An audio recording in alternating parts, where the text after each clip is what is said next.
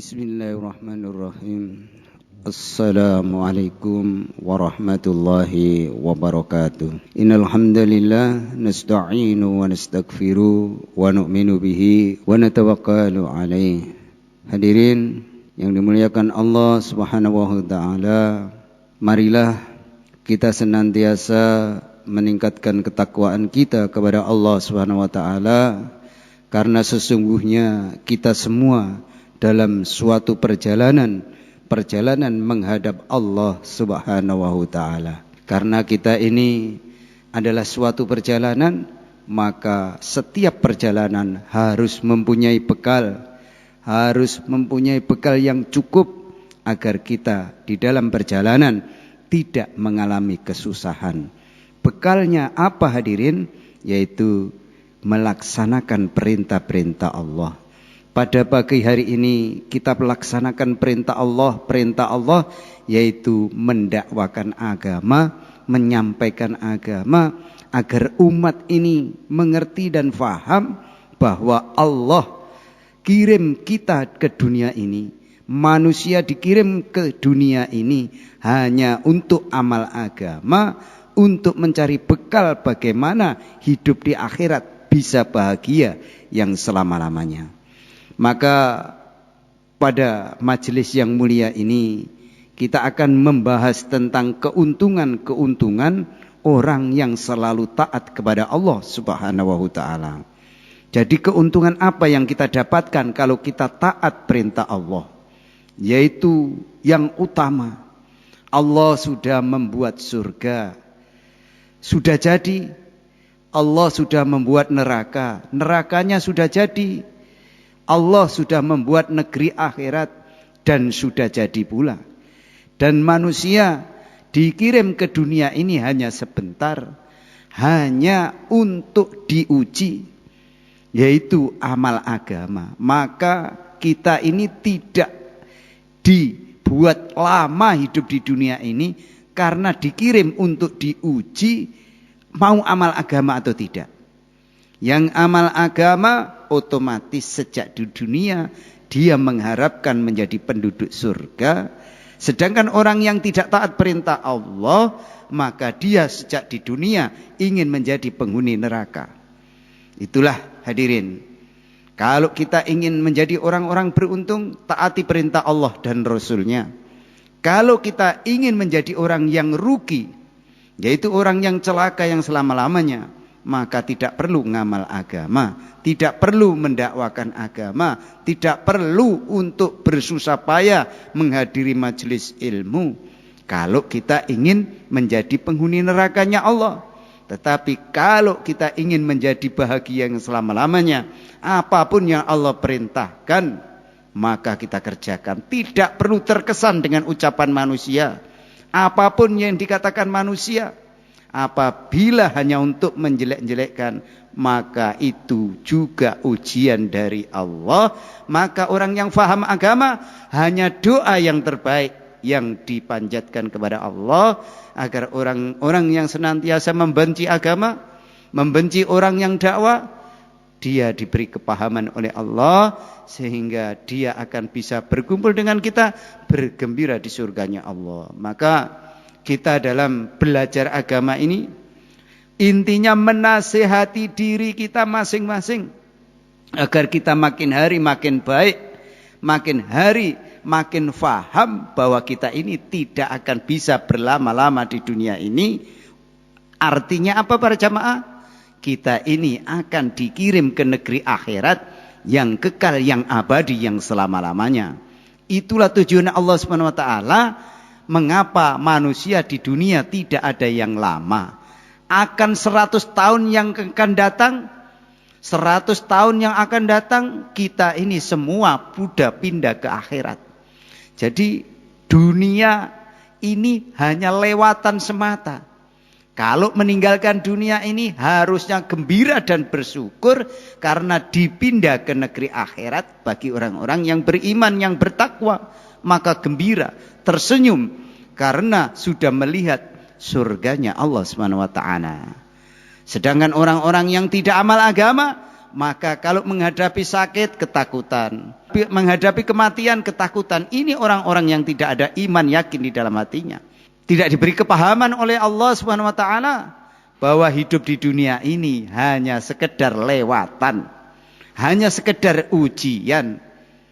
Kalau kita diuji, maka harus kita kerjakan ujian itu agar kita mendapatkan nilai yang terbaik. Maka harus belajar. Belajar kita apa? Majelis ilmu ini hadirin, agar kita diberi kepahaman. Setelah paham, untuk mengamalkan perintah Allah itu dengan gembira, dengan tersenyum, tidak ada beban ketika menjalankan perintah-perintah Allah. Kita diperintah sholat berjamaah di masjid, akan mendapatkan 4 keuntungan hadirin. Yang pertama, dosa-dosa kita dihapus oleh Allah Subhanahu wa taala tanpa noda dan dosa. Kemudian dapat pahala yang sempurna 27 derajat dikalikan jumlah jamaah. Begitu besar pahala yang kita dapat. Yang ketiga, dapat pahala berjamaah. Yang keempat, dapat pahala bertemu dengan orang muslim. Yang kelima, dapat pahala iktikaf di masjid. Inilah keuntungan-keuntungan yang kita dapatkan bila kita senantiasa sholat berjamaah di masjid, yang tidak didapat dari tempat-tempat yang lain. Kalau kita sholat di musola, dapat 3 kemuliaan. Dapat pahala berjamaah, dapat berkumpul dengan muslim, dan dapat keberkahan daripada sholat berjamaah. Jadi selisih 3 keutamaan hadirin. Kalau kita sholat berjamaah mendapatkan 6 keutamaan, kalau di musola mendapatkan 3 keutamaan. Kalau sholat di rumah 1 keutamaan. Begitu banyak pahala yang kita tinggalkan. Betapa ruginya kalau kita tidak mendatangi sholat berjamaah. Inilah hadirin, maka pentingnya sholat berjamaah yang harus kita kerjakan bila kita diberi kesehatan, diberi kekuatan. Kalau kita sakit, cukup di rumah bersama keluarga, makin banyak mujahadah di rumah agar kita senantiasa dalam ridhonya Allah Subhanahu taala. Hadirin yang muliakan Allah, kakek kita Nabi Adam alaihissalam dahulu juga bertempat di dunia ini. Jadi kakek kita Nabi Adam alaihissalam dulu juga di dunia ini. Dalam waktu yang sebentar tidak lama, kemudian menghadap Allah Subhanahu taala. Kakek kita Nabi Nuh alaihi salam juga bertempat di dunia ini hadirin. Kemudian menghadap Allah Subhanahu taala. Tidak ada yang lama di dunia ini. Para nabi, para rasul dulu juga bertempat di dunia ini. Kemudian menghadap Allah Subhanahu wa taala. Para sahabat radhiyallahu an dulu juga hidup di dunia ini, bertempat di dunia ini, dan sekarang telah menghadap Allah Subhanahu wa taala, yaitu dipindah ke negeri akhirat. Dari pelajaran ini bisa kita ambil kesimpulan bahwa manusia tidak ada yang berlama-lama di dunia ini, semua akan dipindah ke akhirat. Itulah tempat kita sesungguhnya yang abadi, yang selama-lamanya. Kalau ingin bahagia, ingin gembira, tidak pernah susah, amalkan agama sesuai dengan syariat yang Allah berikan, Allah contohkan lewat nabinya, yaitu baginda Nabi Muhammad sallallahu alaihi wasallam. Maka hadirin, dengan penjelasan-penjelasan seperti ini, agar kita ini diberi kepahaman oleh Allah, tidak pernah meninggalkan perintah Allah, sehingga kita akan mendapatkan ridho daripada Allah Subhanahu wa taala. Hadirin yang dimuliakan Allah Subhanahu wa taala, sesungguhnya kita akan menyusul orang-orang dahulu. Bagaimana kita bisa tenang di dunia ini padahal kita telah ditunggu oleh kakek kita Nabi Adam alaihissalam di akhirat. Kita telah ditunggu oleh teman-teman kita yang telah menghadap Allah. Kita ini ditunggu oleh teman-teman kita hadirin untuk menghadap Allah. Kok bisa tenang-tenang di dunia ini dengan kenikmatan dunia yang menipu itu? maka jangan tenang di dunia ini sebelum bisa mengamalkan agama. Maka hadirin, dengan nasihat-nasihat baginda Nabi Muhammad SAW ini, kalau kita renungi dalam-dalam, maka kita akan menjadi orang yang selalu bahagia dunia akhirat ketika kita menjalankan apa yang Allah perintahkan kepada kita. Kalau kita sibuk dengan dunia, pasti akan mengalami kesusahan-kesusahan yang akan datang. Sedangkan bahagia hanyalah sebentar, kemudian mengalami kesusahan. Setelah kesusahan sebentar, kemudian mengalami kebahagiaan. Semua itu adalah ujian dari Allah Subhanahu wa taala. Maukah masih mengingat Allah yang Maha Kuasa, yang memiliki dunia dan isinya ini? Karena manusia tidak satu pun yang bisa memiliki dunia ini, karena dunia ini miliknya Allah Subhanahu ta'ala. Maka hadirin, jangan sampai kita tertipu dengan kesenangan-kesenangan yang dunia yang menipu ini. Kesenangan yang sesungguhnya adalah kesenangan ketika kita menghadap Allah di negeri akhirat, dimasukkan dalam surganya Allah Subhanahu ta'ala. Hadirin yang dimuliakan Allah Subhanahu ta'ala, sesungguhnya orang-orang yang paling untung ialah orang-orang yang menghabiskan umurnya untuk taat kepada Allah Subhanahu ta'ala. Jadi orang yang untung itu adalah orang yang menggunakan umurnya, menggunakan sehatnya, menggunakan hartanya untuk perjuangan agama, untuk mengamalkan agama. Itulah yang orang untung dunia dan akhirat. Begitu jelas Allah dan Rasulnya menjelentrehkan loh, memahamkan kepada kita. Lah kalau kita ini tidak mau belajar, tidak mau menghadiri majelis ilmu, bagaimana kita bisa diberi kepahaman oleh Allah tentang kehidupan? Maka kalau kita tidak pernah belajar ilmu agama, yang kita cintai hanya dunia, padahal dunia akan kita tinggalkan. Tidak satu kerikil yang kita bawa. Yang kita bawa hanyalah amal-amal kebaikan. Harta yang kita bawa adalah harta yang kita infakkan untuk perjuangan agama. Anak yang berguna adalah anak yang kita didik ilmu agama. Kita korbankan untuk bisa perjuangan agama. Ini anak yang menguntungkan. Istri-istri kita didik bagaimana bisa amal agama dengan baik. Sehingga anak, harta, istri bisa berguna ketika kita sudah sowan di hadapan Allah Subhanahu wa taala. Walaupun kita meninggal ribuan tahun, ratusan tahun, tetap pahala itu akan datang kepada kita ketika anak cucu kita mengamalkan agama. Itulah hadirin, pentingnya dakwah, pentingnya menyampaikan majelis ilmu. Ilmu disampaikan bukan untuk menasihati orang, tapi menasihati diri sendiri. Agar kita ini menjadi orang beruntung, agar kita ini semakin memperbaiki amal-amal kita. Itu tujuan kita hadirin. Karena baik dan buruk itu hanya Allah yang bisa merubah, bukan manusia. Jadi orang bisa taat atau tidak taat itu Allah Subhanahu wa taala, bukan manusia. Bukan karena dakwah-dakwah yang disampaikan, bukan hadirin. Tetapi Allah yang ingin menjadikan orang itu baik. Ketika kita tidak punya perjuangan untuk mendakwakan agama, bagaimana bisa kita tenang dalam kehidupan dunia ini?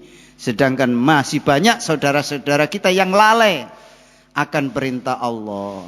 Maka jamaah yang dirahmati Allah Subhanahu wa taala, supaya kita ini tidak celaka yang selama-lamanya, maka amal agamalah yang akan bisa menyelamatkan kita, menghabiskan umur kita untuk amal agama agar kita tidak celaka.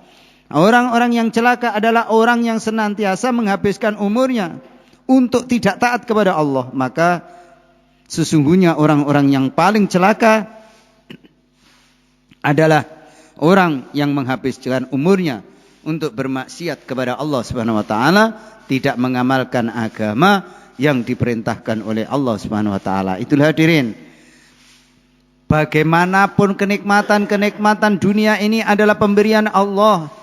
Kalau kita tidak mensyukurinya, maka menjadi bala, menjadi azab yang sangat mengerikan. Sebagaimana Allah menyampaikan, la in syakartum la azidannakum wa la in kafartum inna adzabi lasyadid. Kalau kalian itu mensyukuri nikmat yang aku berikan, maka akan kuberikan kenikmatan-kenikmatan yang aku tambah. La azidannakum wa la in kafartum.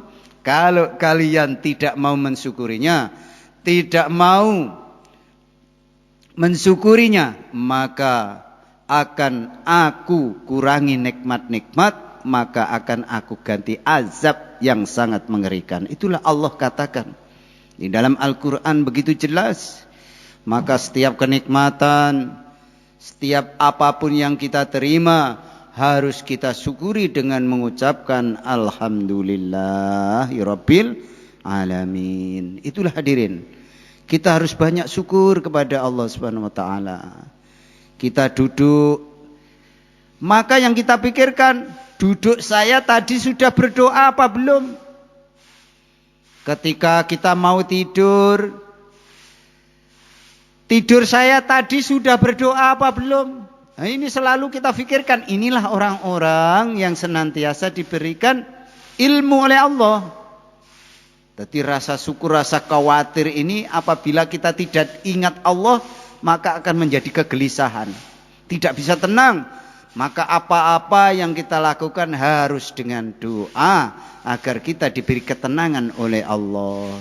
Diberi sakit, gembira, alhamdulillah ya Allah, aku kau berikan rahmat sakit. Karena dengan sakit itu dosa-dosaku engkau hapus. Setelah disembuhkan oleh Allah, dosanya habis. Ketika takdir kita meninggalkan dunia ini, mati dalam keadaan syahid. Maka kalau diberi rasa sakit, orang iman itu gembira hadirin. Tidak bersedih sedikit pun. Diberi sakit tetap tersenyum dan bahagia. Makin mendekatkan diri kepada Allah. Karena sakit adalah salah satu bentuk pemberian kabar dari para malaikat bahwa kita ini akan meninggalkan dunia ini. Nah, itu kabar dari Allah lewat malaikatnya. Itu berbentuk sakit. Rambutnya putih, itu juga pemberitahuan dari malaikat bahwa umur kita tidak lama lagi. Kemudian untune wis bogang atau lepas, itu pemberitahuan dari Allah bahwa kita ini juga akan pergi ke akhirat.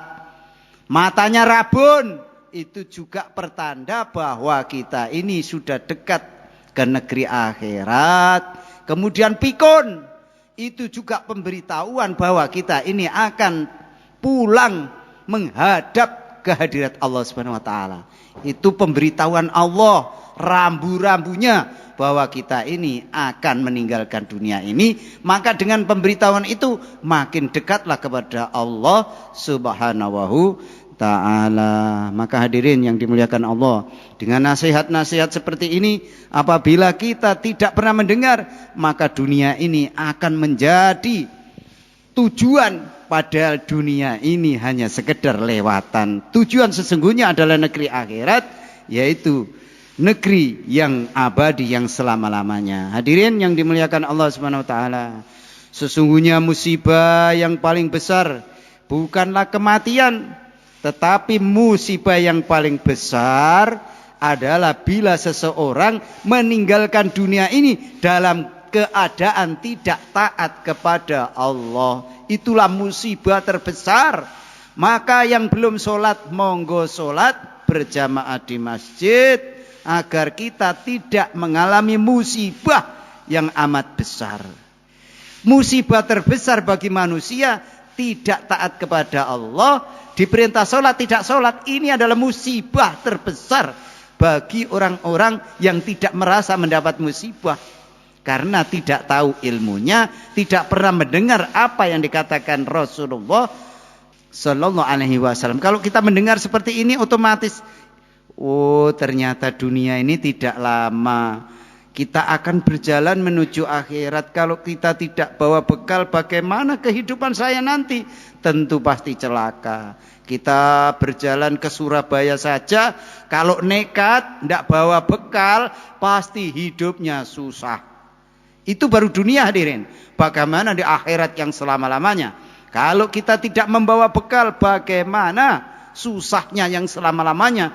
Tidak 1 tahun, tidak 1000 tahun, tidak 1 miliar tahun, tapi selama-lamanya, tidak ada hitungannya. Maka para jamaah yang dirahmati Allah, yang belum sholat, monggo sholat, agar kita tidak menjadi orang-orang yang celaka. Karena dunia ini hanyalah menipu belaka.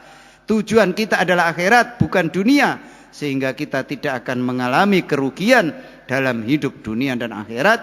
Salah satu cara adalah mengamalkan agama, memakmurkan masjidnya Allah Subhanahu Ta'ala.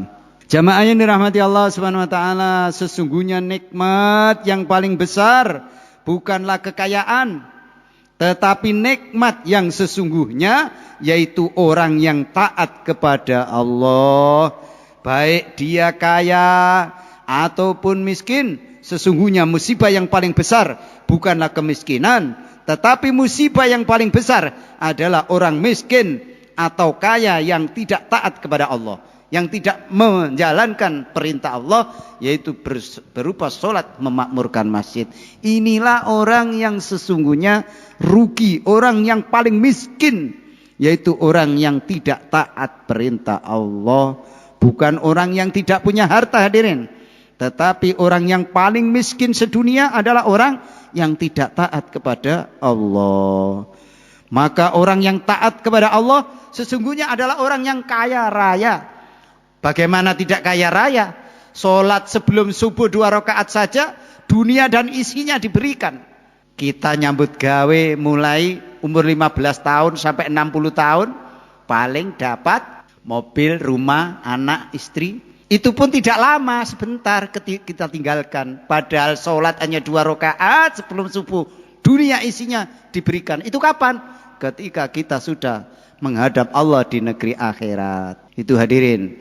Jadi ukuran kaya dan miskin itu bukan terletak pada harta yang kita miliki, tetapi bila kita tidak taat kepada Allah, walaupun dia kelihatan orang kaya, sesungguhnya adalah miskin. Itulah yang Allah terangkan lewat nabinya baginda Nabi Muhammad Sallallahu Alaihi Wasallam. Tetapi orang-orang yang tidak ada iman, tidak ada takwa ini merasa kaya, padahal dia miskin, tetapi tidak terasa. Kenapa miskin? Karena hanya dimiliki sebentar, tidak dibawa ke alam kuburnya, tidak dibawa ke akhirat. Yang dibawa ketika punya harta untuk bisa kemaslahatan masjid. Tiap hari kita cemplungkan 1000, 2000 dengan niat, ya Allah berikan umur yang barokah, keluarga yang barokah, hidup yang barokah. Cemplung ke kotak amal 1000, 2000, insya Allah panjenengan dalam penjagaan Allah, dunia akhirat menjadi selamat. Itulah harta yang kita miliki yang sesungguhnya. Sedangkan yang kita miliki, kita habiskan dunia ini, itu hanyalah azab yang kita dapatkan. Karena akan ditanya begitu detail oleh Allah. Allah sendiri yang menanya, Allah sendiri yang mengadili di sana. Maka jangan enak-enak ketika mendapatkan kenikmatan dunia untuk tidak ingat kepada Allah.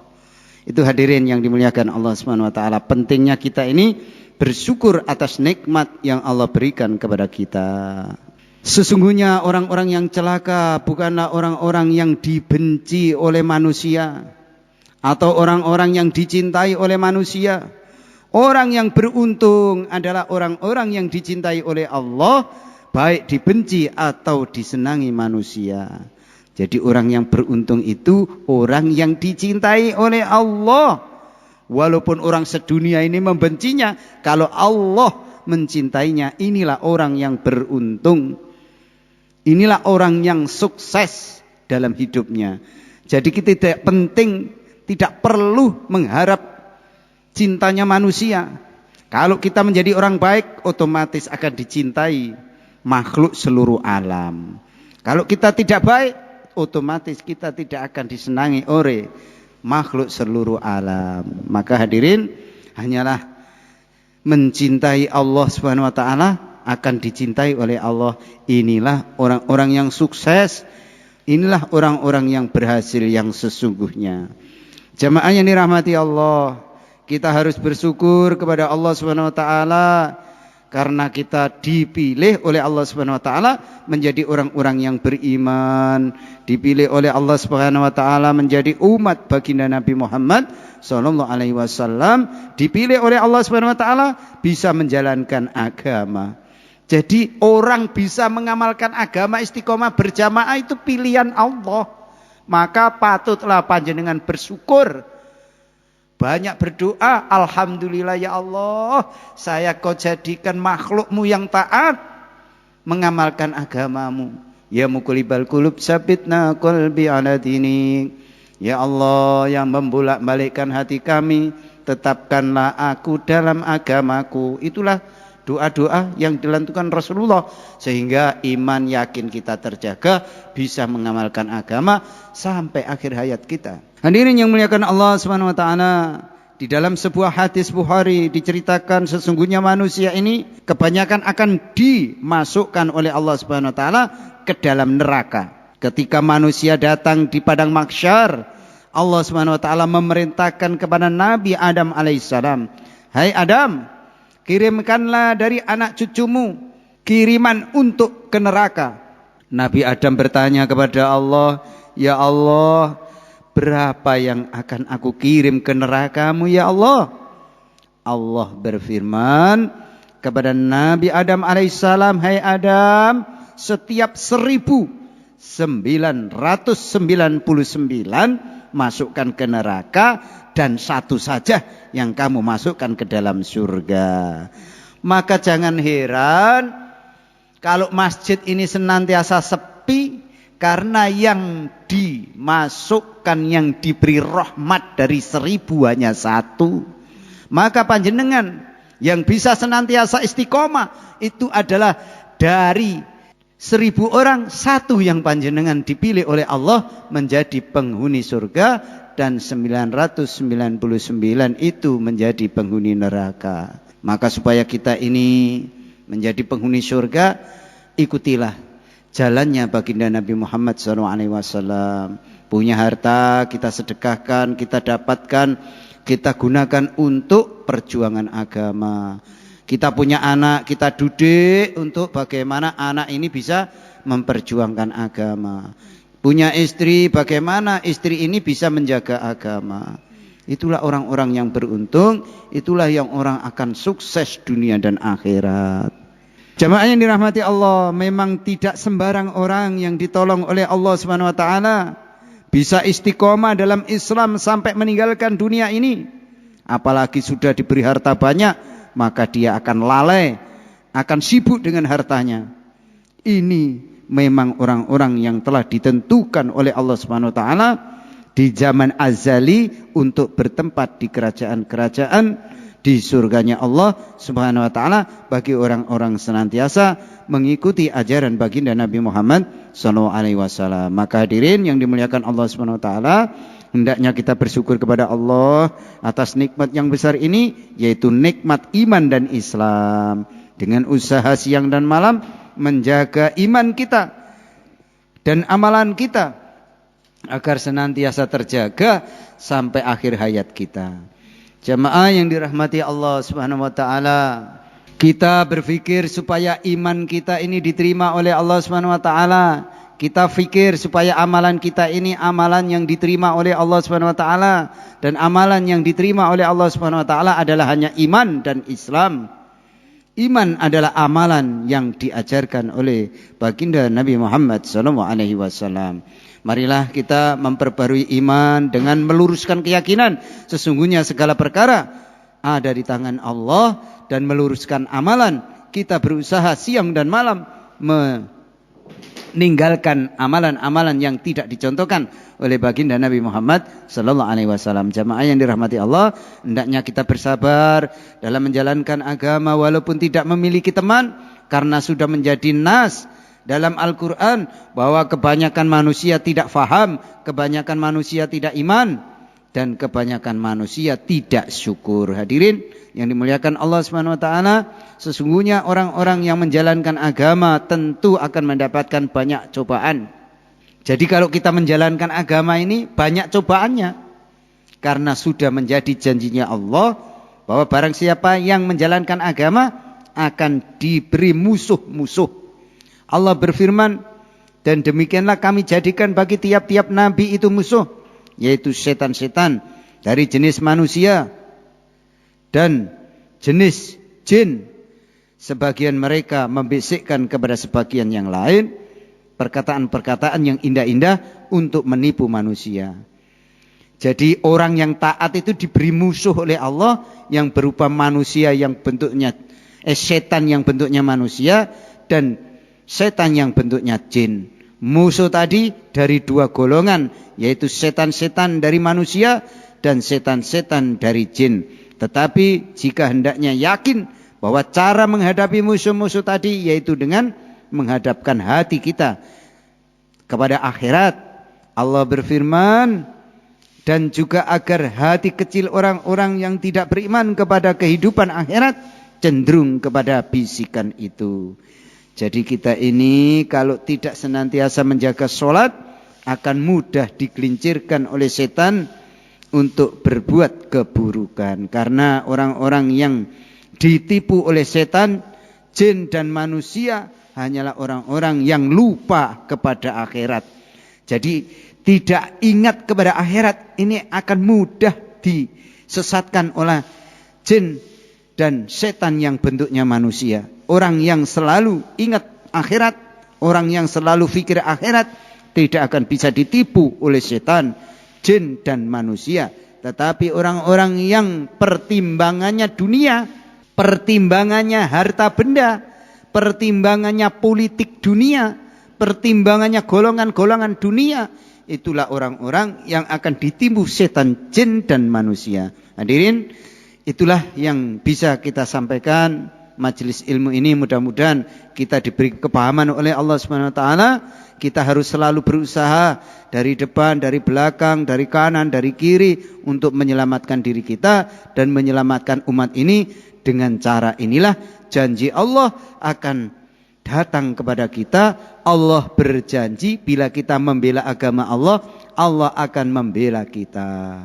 Itu hadirin yang dimuliakan Allah Subhanahu wa taala. Agar majelis ilmu ini diridhoi oleh Allah, maka kita tutup dengan doa kafarah majelis. Subhanaka Allahumma wa bihamdika asyhadu alla ilaha anta astaghfiruka wa atubu ilaik. Wassalamualaikum warahmatullahi wabarakatuh.